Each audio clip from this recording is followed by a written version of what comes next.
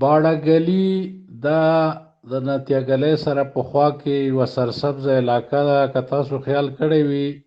د بټ آباد نه چې مرې ته خیژې نو دلته باړه ګلي، لارنس ګلي، ګوړه ګلي،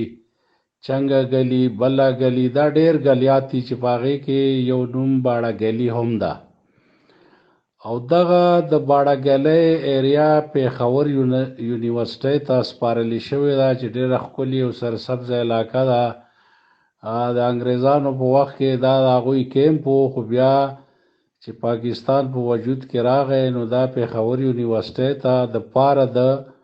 باټني او زوالوجي حواله شوی و چې دلته به دا طالب علمان تجربې کوي او دا به چې کوم دی خپلې څېړنې دلته سرته رسوي. یو ډېر ښکلی صحت افزا مقام دی. نو په دې مقام باندې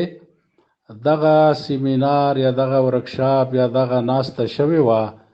او د هغې چې کوم بیا ډیکلیریشن یا اعلان یا چې کوم دی هغه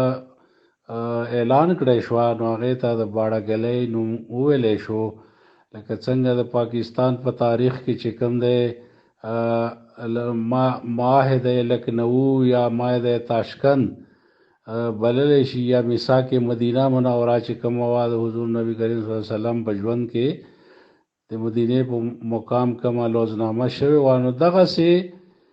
باړه ګلۍ هم یو مقام دی او په دې کې دا فیصلې شوې وي نو دغه نوم یې ورته ورکړو چې څه وویل بلکل مناسب یې وویل. ظاهرا خو مونږ چې قیاس وکړو یا اټکل وکړو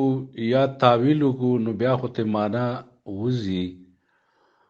خو که چېرې د شعر په جوړښت باندې خبره وکړو نو دلته یو خو د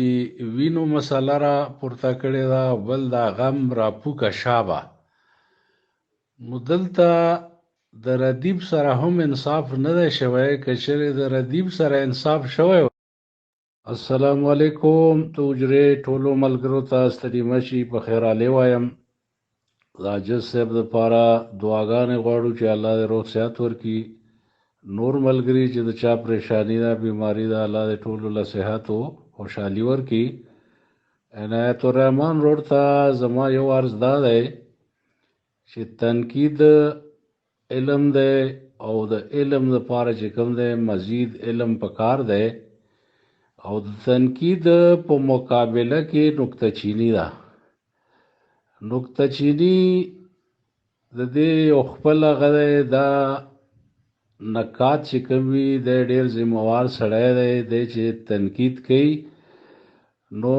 موږ د مشرانو حصول دا یخي دي چې د تنقید نګار کار دا نه دی چې هغه دی په یوه فنپاره کې اصلاح هم کوي، هغه د قلم را واخلي او هغه د ټیکوي. صرف لیکوال ته ښودل غواړي چې دلته ستاسو په لیک کې ستاسو په فنپاره کې که مزید دغه خواري یا دغه هغه وشي نو دا به صحیح کیږي. او تاسو یقین وکړئ چې د دې تنقید نه موږ د قلندر مومند صاحب، د امیر حمزه خان شینواري صاحب، د ناظر شینواري صاحب، د مراد شینواري صاحب چې دا د غزل استادان دي، د دوی په کلامونو تنقید شوی دی او په روڼ تندي باندې منلی شوی او زغملی شوی دی. زه به درته خپل مثال درکم چې په داسې یوه تنقیدي دایره کې مونږ غزل وړاندې کړی دی یا نظم وړاندې کړی دی نو یو کم عمره لیکوال داسې یوه خبره کړې ده چې مونږ په سر سترګو منلې ده او هغه له امداد ورکړی چې بېشکه ستا دغه نیوکه ډېره صحیح ده. نو تاسو زړه لوی ساتئ، تاسو په دې مه خفه کیږئ. تاسو ته پته وه چې تاسو دا فنپاره راوړه نو دا خو یو اوپن فورم دی، په دې کې به هر څوک برخه اخلي او هغه به د خپلې رایې اظهار کوي. نو هغه فنپاره چې ستاسو په میدان کې کېښوه نو په دې میدان کې چې کله بعد شروع شو نو هغه بیا ستاسو نه وه. هغې مطلب دا وي چې هغه تا د خلکو ته کېښوه نو بیا د دغو د رایو قدر ضرور پکار دی. امید دی چې خاطر به نه درنوئ. احسان الله روډ ته وایم چې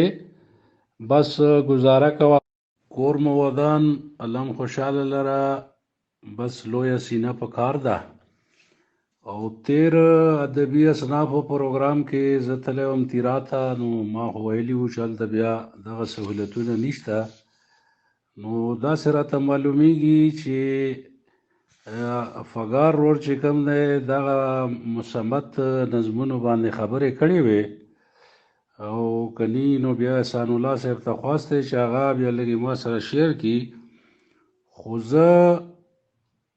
دستي د خیبر صاحب د دې شعر نه آغاز کوم چې رو رو چې درته دود شمه په ځای د سپیلنو رو رو چې درته دود شمه په ځای د سپیلنو لمبه چې شم په مخه داسې اور مه راکوه د ادبي حجرې ملګریو سلامونه او نیکې هیلې ومنئ او زما سره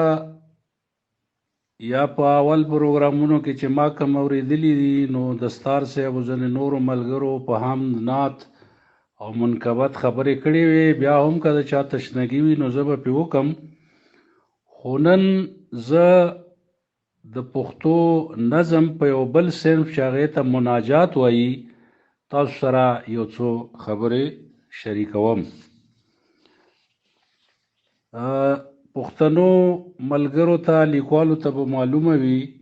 چې د بیټ نیکه حمدیه مناجات په پښتو ادب کې د حمدیه شعرونو وړاندې نمونه ده مناجات هغه نظم دی چې پکې د الله پاک نه سوال او غوښتنه شوي وي او د لیکوال او د الله تعالی په منځ کې د دعا او د خواست چې کوم تعلق دی هغې څرګندونه پکې شوي وي لکه د مثال په طور به د حمزه شینواري یو مناجات ستاسو په خدمت کې وړاندې کوم الهي د خاکسارانو ښه مشرب را الهي د خاکسارانو ښه مشرب را او خاکروبي د خاکروبانو د یسرب را او ګډ پسین د عرفان ما بلاسو پخو کړه ګډ پسین د عرفان ما بلاسو خپو کړه او غړېدلې سترګې تل لکه د کبره او چې منزل او قیام دواړه پکې ورک شي چې منزل او قیام دواړه پکې ورک شي چې حاصل وي طلب هغه طلب را او په هر حال کې چې وي سر په هر حال کې چې وي سر خم بني هاشم ته په هر حال چې وي سر خم بني هاشم ته او هر نسب چې یم خو فخر په نسب را او چې تاثیر یې د مسیح شي ستا له ذکره چې تاثیر یې د مسیح شي ستا له ذکره ما حمزه ته هغه ژبه هغه لب را نو دغه هغه دعایه کلمات دي مناجات په اصل کې دعایه کلماتو ته ویلی شي او په دې کې نیغ په نیغه د الله تعالی نه سوال کولی شي دعا غوښتی شي غوښتنه کولی شي او د خپل زړه مرادونه حاصلولی شي نو په دې باندې د ملګري خبرې وکړي بیا که بل صنف وي نو په هغې به هم خبرې وکړو خو فی الحال موږ دا مناجات منځ ته راوړو ستاسو په تعاون سره ستاسو په مینه سره او ستاسو په ډاډ سره ډیره